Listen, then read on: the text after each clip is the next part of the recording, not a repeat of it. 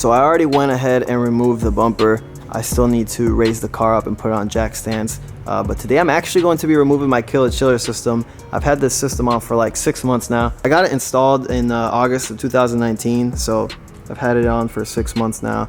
And I was supposed to do like a whole review on it, but I never really got around to doing so. I don't know why. I'm so sorry about that. I'm sure you guys were curious on me like doing, you know, some polls, like on like doing a couple tests to see how the IT2 temps were. And I don't know, I was going to, but I didn't really get the chance to do so. So I'm actually going to be removing my killer chiller and putting a heat exchanger back in. I have no heat exchanger on right now. I removed the stock heat exchanger to put this on. This whole killer chiller system, you can see it's already rusting out, man. That sucks, but I'm gonna be removing it anyways. Now, pretty much what the killer chiller is, I'm gonna give you guys a quick explanation. So this little thing right here is ran by your AC compressor. Pretty much uses my AC to cool that thing right there. Well, to cool this fluid, which will keep that cool. So I guess my problem with the killer chiller was it kept my car cool. Don't get it wrong. It kept it cool. But as soon as I went watt mid pull, I would pass 160, and then the IT2s would just start fucking going, just skyrocketing.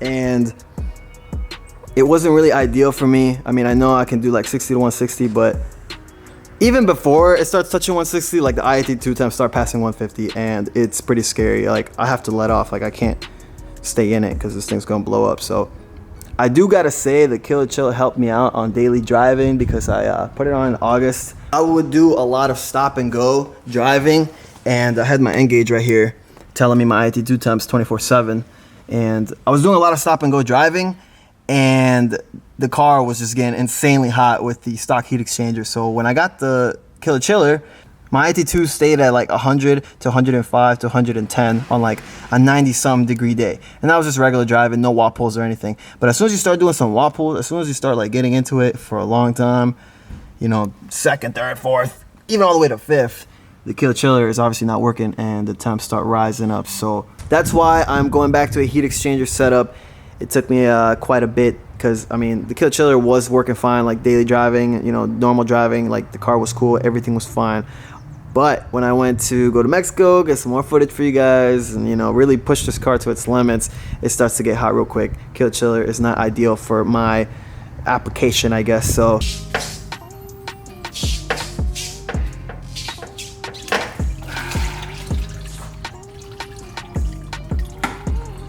Now that the killer chiller is mounted, I can see where all the lines are going. Like, it all kind of makes sense now, because I remember when I first got the killer chiller, I tried installing it myself. I removed the whole bumper and like the whole lip and everything, and then I was like, how am I even gonna mount this? Like, routing everything like to the AC compressor and all that. I was like, damn. I guess taking things apart is much easier than putting them on, you know? Pretty much kind of had to take my whole front end apart, like my whole bumper and all underneath, so it can expose everything. I had to do the AC thing, like letting the AC stuff out and letting all the coolant out. I'm kind of just going line by line right now. And then after I take off the killer chiller and have all the lines out the way, I'm on the heat exchanger, and I just reconnect it, and then we're good to go. Honestly, it's pretty simple. I'm gonna leave the AC stuff alone. I don't think I'm gonna mess with that. I'm not gonna have AC for a little bit. I mean, I don't really care. I'm gonna end up getting the other car here pretty soon, so this is gonna be in the garage, and I'm only gonna drive it like in the weekends and stuff. So these two were in the hardest spots ever, bro. This is the killer chiller system right here, guys, with the lines already all up on them. Obviously, it did not come like that. It just came like just the killer chiller, and then all the lines, you had to route them. It definitely looks a little complicated. That's why I went to a shop to get it done. But taking it off is definitely much easier than putting it on, like I'm telling you guys. I definitely didn't film me taking it off because, like I said, everything was just like in an awkward spot, and you would just see me like laying down, and I don't have anybody filming, so that's why I didn't film anything. And it's already dark now, so I'm about to put the heat exchanger on the car, and then I think I'm gonna turn it on tonight. Yeah, I should definitely finish this today for sure. Kind of late. So by the time I got the heat exchanger ready to put it on, I was still taking stuff off, and next thing you know, an hour goes by and it's dark as shit now, so it's all good. I wasn't really upset that I went the killer chiller route. Again, I wanted to be different. And it was cool at first, but then after a while, it started getting annoying. After it kept getting so hot, back-to-back pulls.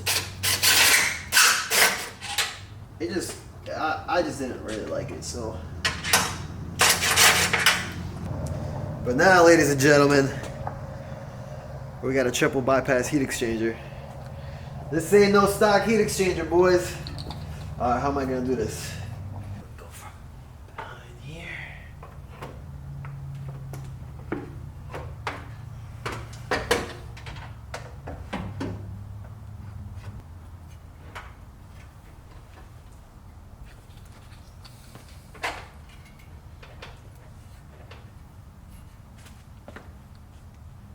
Dope.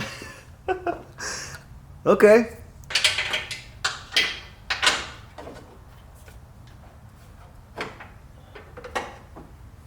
Oh yeah.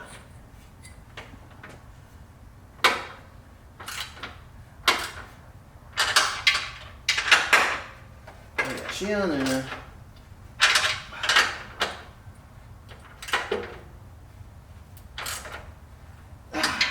Less.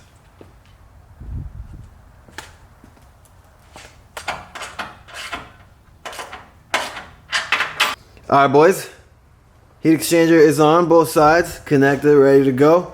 About to put the coolant back in and start her on, and we'll see how she runs.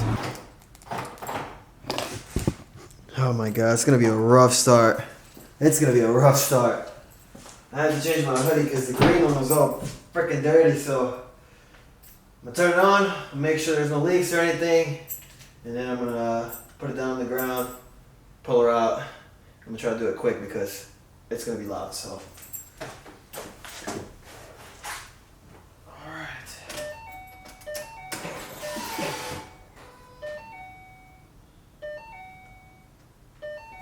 Alright, here we go.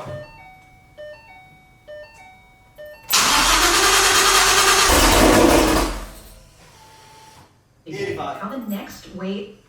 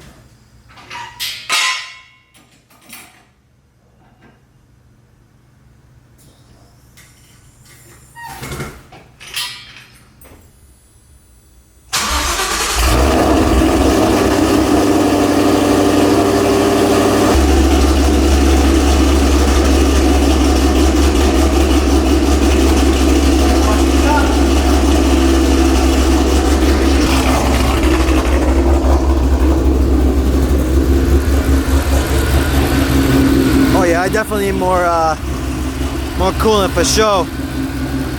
But I just want to make sure everything's working. I did spill some like coolant when I was putting it back in, so some of it is like dripping a little bit, but I know it's not a leak or anything. So there we go, guys. Got the VMP heat exchanger on. I'm just letting it idle for a little bit. Jesus.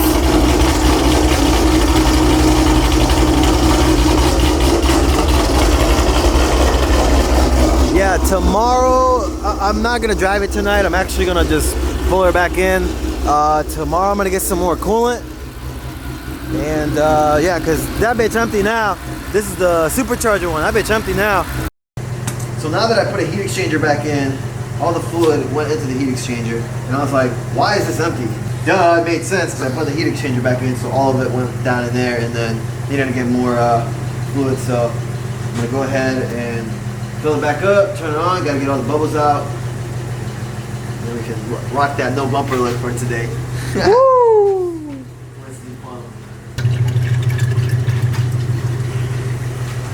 That shit just going straight down in there. I'm gonna fill it up just halfway, and I'm gonna turn it on now so I can keep filling it as the car is on, because I don't want no bubbles in this, so it's gonna be a cold start. Whew. You keep the car on? I'm gonna keep mine on. I gotta let the gas drain out. For sure, for sure. I'm pretty sure they're not gonna hear my car at all once your car's on.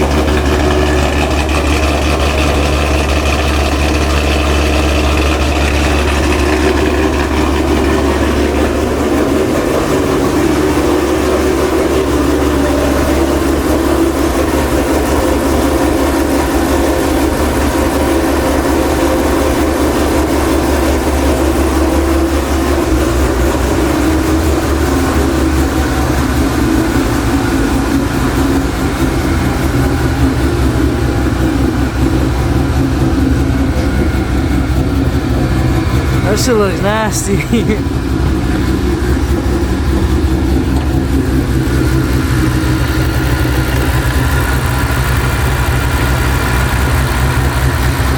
now we wait.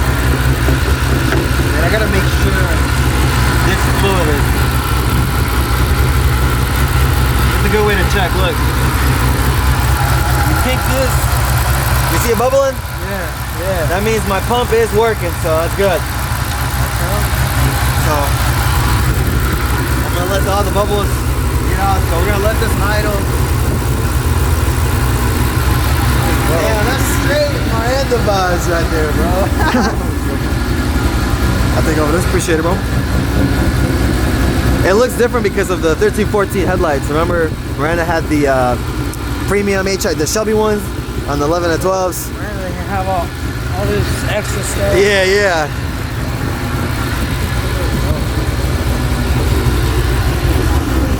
Alright, well, dope, guys. I'm just gonna let it idle. Just a quick video on removing the killer chiller. Again, I did explain why I removed it. It just wasn't ideal for me. It did keep the car cool at idle and in normal driving, but as soon as I got into it, it started getting hot again because it runs off the AC, and obviously when you're at wide open throttle, the AC disengages, so nothing cools my blower. And you already know when we go to Mexico, we road race, we get up to pretty high speeds, and me having no heat exchanger and straight killer chiller, it gets hot real quick, so it doesn't really work for my application. I gotta like wait a long time in between runs for the AC to start cooling down the fluid. So I went back to the heat exchanger. Now this is not officially gonna solve all my problems. It's still gonna probably run a little hot. At least we have the heat exchanger now, so all the air that's going through it, that's just gonna cool down the blower. You know, when we're going like 160, 170, 180, all that, that's just gonna cool down the blower. So I am probably gonna need an ice tank to go with this heat exchanger, but for right now, I just needed to get rid of the killer chiller. I wanted to go back to the heat exchanger. Eventually I'll get an ice tank so she can be, you know, solid. Just some 2K prep. Just some 2K prep. This is just some 2K prep, so I'm gonna let the bubbles get out, and then probably go put some heat later and wrap up this video, y'all. Alright, boys, I'm gonna give you my very first impressions of driving the car with the heat exchanger. I don't have the bumper on. It's kind of sprinkling a little bit, not too much. I need to go put E85. I got 31 to E, well 30 to E now. But driving initially, as soon as I give it some gas, the IET2 start coming down 117, 115, 113, 111. Put it in the fourth gear. I guess the faster I go, obviously, the lower the temps get. And I did leave it idling for a good minute. So at idle, it's obviously gonna get hot. IET2s were like at 135, 140 when I just, because I had to let it warm up, let all the bubbles out and whatever. So when I had to let it warm up, it obviously got hot.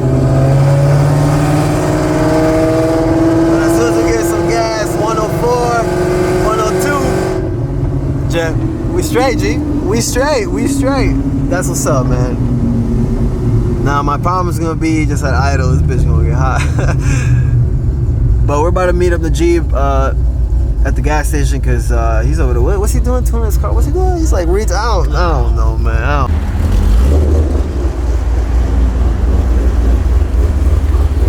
Oh, there's our best friend right there.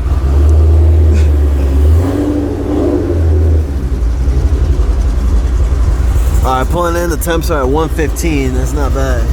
That's just like the other Killer Chiller would be right now.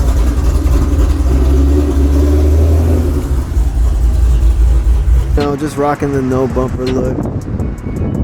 Man, I remember when I had Miranda and I was rocking the no bumper look when I had the packs and it was just a straight intercooler. That was a year ago today.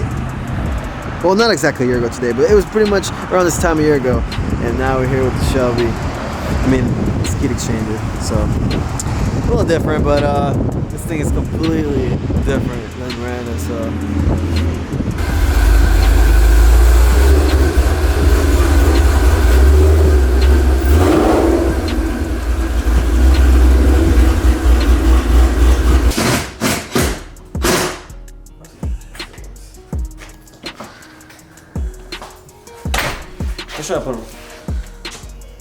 Look at him.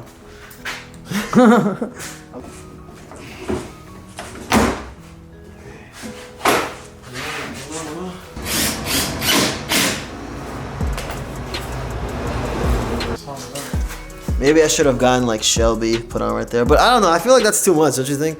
Literally, you see him. You don't. No. Shelby. Screaming. I drive a Shelby. It's cool. Yeah. It doesn't look that like. It's not like you can see it popping out of here. Slow, low key. It's like kind of low key, but. It looks fun.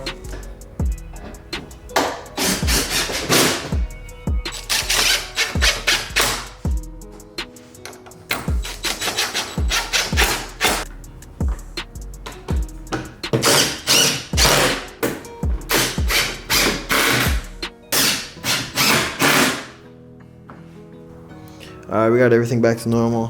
Bumper back on. I went ahead and changed because I don't want to hop in the car all dirty, but everything's back to normal. Got the bumper back on, heat exchanger was in, no more Killer Chiller, we're done.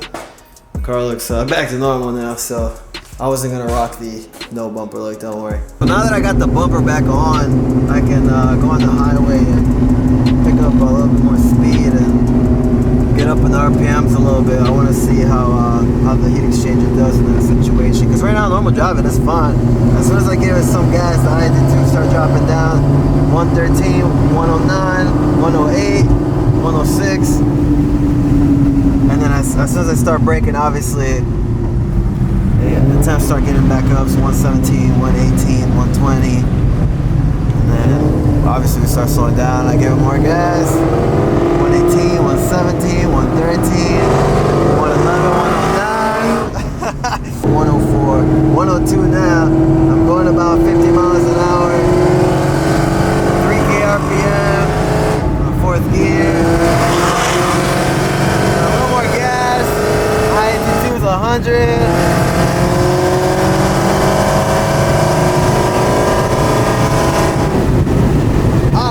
It stayed at 102 right there. Okay. Alright. I can work with this. I can work with this. You see, I'm holding the camera with one hand. I can't really do like a straight test. I know you guys want to see a straight test. Don't worry.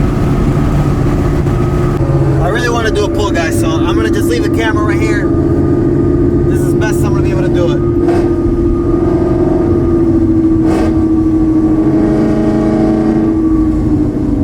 I have to really see this and test. ID2's at 100. Let's see if it passes any hotter than that.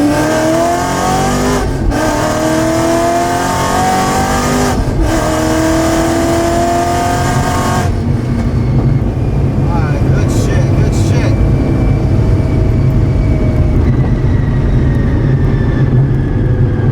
Dude, this thing's fast.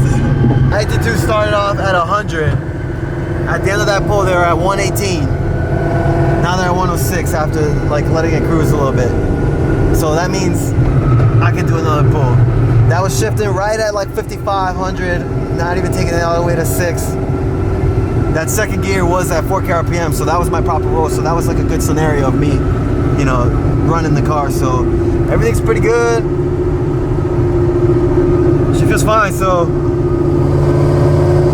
this is great. This is great, guys. Oh my gosh. I'm gonna end this video right here, guys. Thank you so much for watching. This is as best I can do. I mean, I couldn't go too crazy. I don't want to bring the GoPro or anything. This video's already too long. I wanted to just do a quick test. I-22s are good. The Kill Chiller would already be tripping right now. I-22s would be like 150. I'm like, why are they not coming down? Kill Chiller just wasn't for me. Nothing bad against them or anything. It ended up not working out for me. At first it was alright, but you know, now I'm glad that I'm back to a heat exchanger setup. So thank you guys so much for watching this video. I'm gonna end it right here.